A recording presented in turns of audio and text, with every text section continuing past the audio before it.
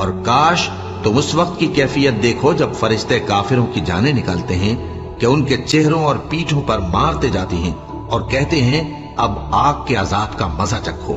ये उन अमाल की सजा है जो तुम्हारे हाथों ने आगे भेजी हैं। और ये जान रखो कि अल्लाह बंदों पर जुल्म नहीं करता।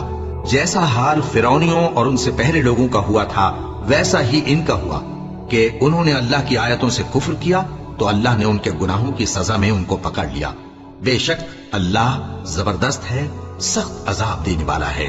ये इसलिए कि जो नेमत अल्लाह किसी कौम को दिया करता है जब तक वो खुद अपने दिलों की हालत न बदल डाले अल्लाह उसे नहीं बदला करता। और इसलिए कि अल्लाह सुनता जानता है। जैसा हाल फिरौनियों और उनसे पहले लोगों का हुआ था वैसा ही इनका हुआ। उन्होंने अपने परवरदिगार की आयतों को झुटलाया तो हमने उनको उनके गुनाहों के सबब हलाक कर डाला और फिरौनियों को डुबो दिया और वो सब